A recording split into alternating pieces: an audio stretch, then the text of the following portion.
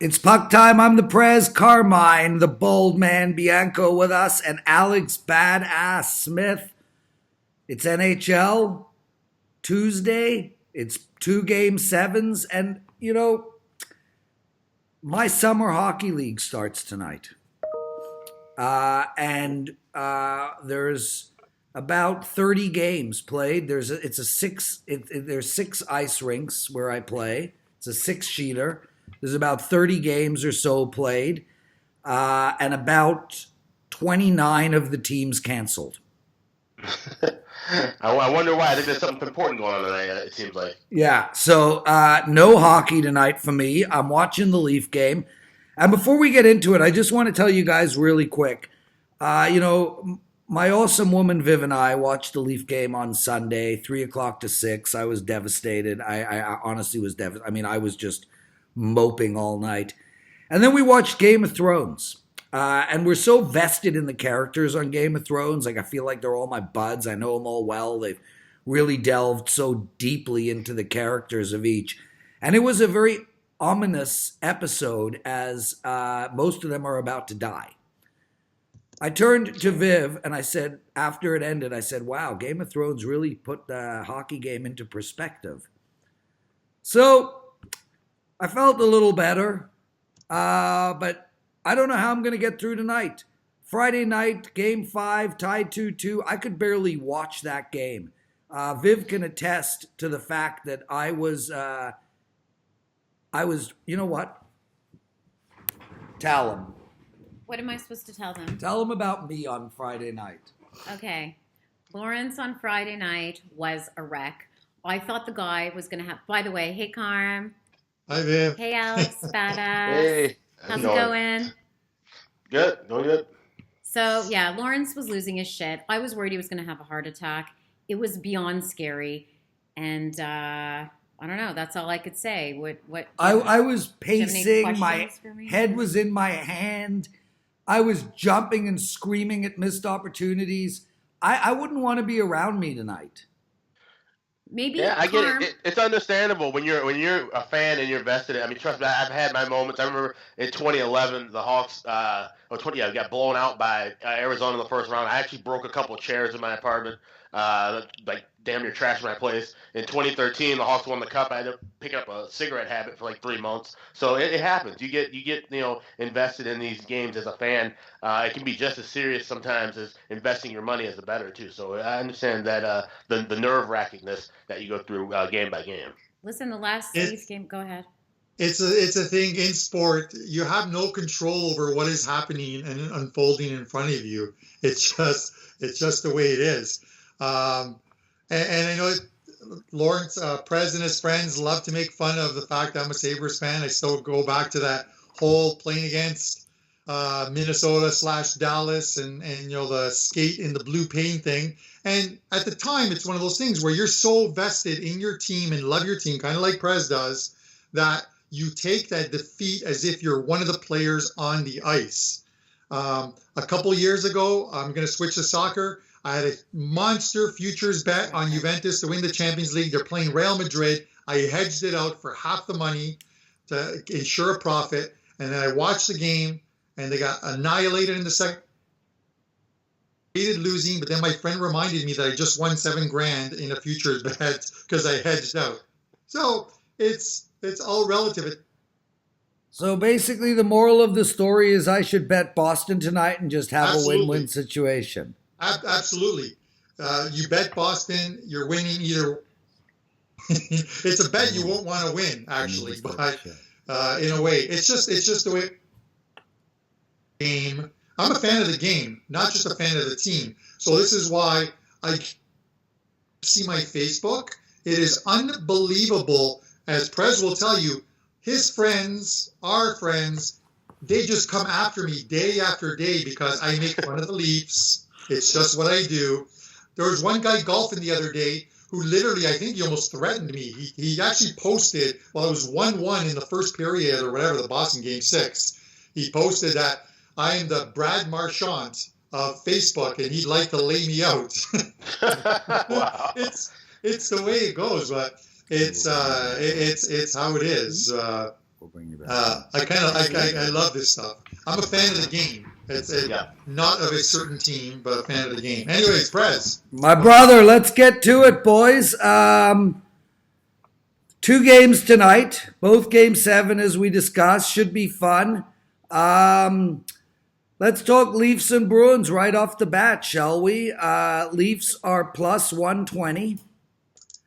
The over and under is 5.5. Before we get into it, we're gonna do the flying V, and Viv is gonna take over and give us some thoughts on the game, and then we'll get to you boys. Viv?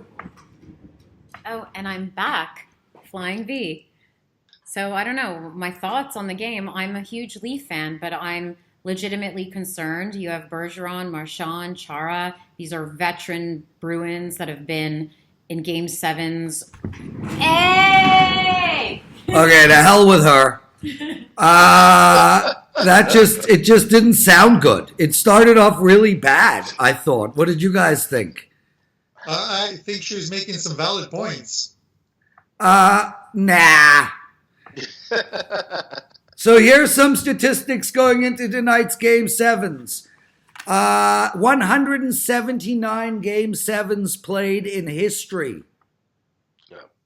65% home teams have won. Out of the 179 games, 117 have been won by the home team. Tonight we have San Jose at home and Boston at home. However, digging deep, 58% of the away teams have won game 7 if they lost game 6. That bodes well for the Leafs and the Vegas Knights. Counter opposite trends. I don't know what to tell you. Obviously, I think the Leafs are going to win. What the hell do I know in this instance? Alex, I'll go to you first. Boston has gone 5-2 in their last 7 game 7s. Maple Leafs have not won a game 7 since 2004. This is going to be a up and down, I think, game like we've seen for most of the series. I think we're going to see scoring at both ends. I think we're going to see scoring early. So I like the first period over. I like the full game over. I already had a in-game series play on Boston, so I'm playing a little bit on Toronto as a small hedge. I'll come out with a little bit of profit there, but I like the over here tonight. Bald man? Yeah, listen, there's not a lot of history between these two in game 7s. I think this is only the 5th time ever. The Bruins have won 3 of 4. But these, and you would think there'd be more with the 2 original 6 teams. But here, the last 2 are the most important. 2013, the absolute meltdown by the Leafs, losing. They were winning 4-1, 4 goals in the last 10 minutes, or, well, yeah, pretty much. 4-1 with 10 minutes left. And then who can forget? Who can? Carm, remind us. Who can forget? Remind us, Carm. Listen. Who can forget Jake Gardner, -5 last year in game 7, where, again, I think he's going to be allowed plus 4 5 Bruin goals tonight in the 3rd period to lose 7-4. Now, listen, it's a completely different thing this year. Okay, but a couple things have to happen for the Leafs to win tonight. First of all, Marner, no shots on net in game 5 and 6. What is up with that? He was the star of the team the first. Yeah, how about JT? No, nothing of nothingness. They need to get those guys going. Is this the thing here is if they fall behind again to the Bruins, I don't think the Leafs have a team that can come back from a couple goals down in an atmosphere like the Garden, where it's going to be loud, it's going to be raucous, and the Bruins are going to be physical. Leafs have to get on top. It's kind of like what they did in that game 1. They literally, listen, they won 2 of 3 in Boston. So to say that they can't win game 7, it would be foolish. They got to go out there fearless and just play hockey. Just play hockey.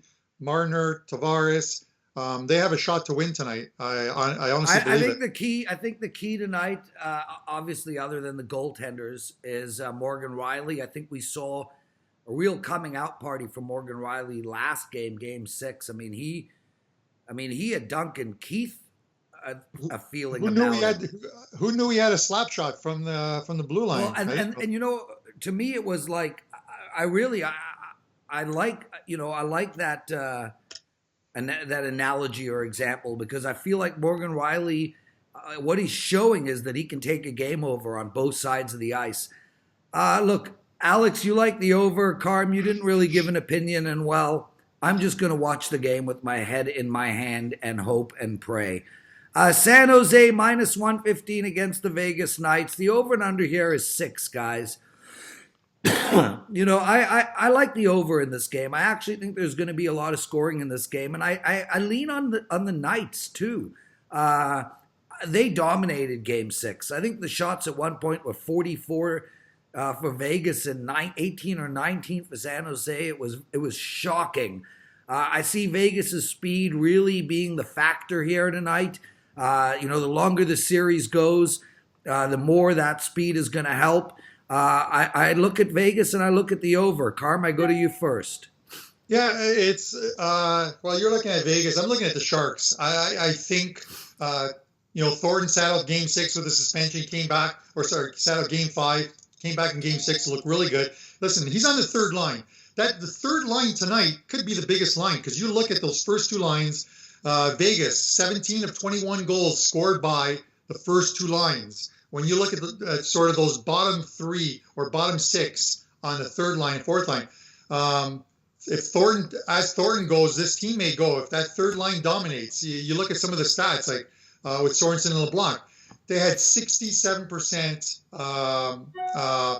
high-level chances, which are good scoring chances on that third line. If that third line clicks, and San Jose can slow down those first two lines of Vegas, it's San Jose in Game 7 tonight. He's Carmine Bianco, badass Alex Smith with us. Alex can be found at sportsmemo.com. Carm can be found at wagertalk.com, and so can I. Alex, I don't know if you were on last week when we spoke about the fact that we're going to get into these situations where there will be one game a night. Tomorrow is that situation. Mm-hmm. We have Game 7 in Washington.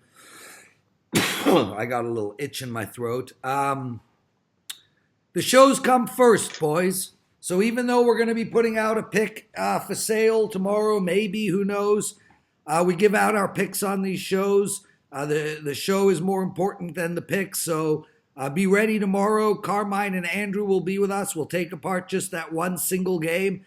But because you're not on that show, Alex, I'll go to you quick. Washington at home tomorrow, minus 155. Every home team has won that series, has won every game so far in this series. And I think you have a situation here where you have one ticked off, pissed off Ovechkin. And I think that actually is going to be the factor in play here. I don't only like Washington at minus 155. I like Washington minus 1.5. I like Washington minus 2. I like Washington minus 2.5. I think this game has got 5-1 written all over it. I'm not looking at that in that way at all. I actually like Carolina in this spot here. And the reason is I'm fading Washington because, yes, while we did see them finally capture the Holy Grail, win the Stanley Cup last year, let's remember this is a Washington team that we saw choke year after year after year after year in the playoffs with most of the same core before that magical run. So 4-11 in lifetime history with the Capitals in Game 7, while you have Carolina, since they've actually been the Carolina Hurricanes, so about 22 years now, they are 4-0 in Game 7s, and they have Mr. Game 7 in their lineup as well, in Justin Williams, a guy who has come through big in that final game throughout his career. I think Carolina is a good price here at the dog. I think they're going to break that streak, and I think we're going to have yet another upset to close out the first round. He's Alex, I'm the Prez. Carmine is with us. Carm, we'll see you tonight, boys. Thanks for doing this. Listeners, thanks for watching. Make sure to watch Morning Joe and the Pro, Ralph Michaels and myself. We take apart all the NBA games. As well, Teddy covers on First Pitch. You can find it all at our YouTube channel, WagerTalk TV. Boys, enjoy both Game 7s tonight and take care of yourselves. Good luck, boys.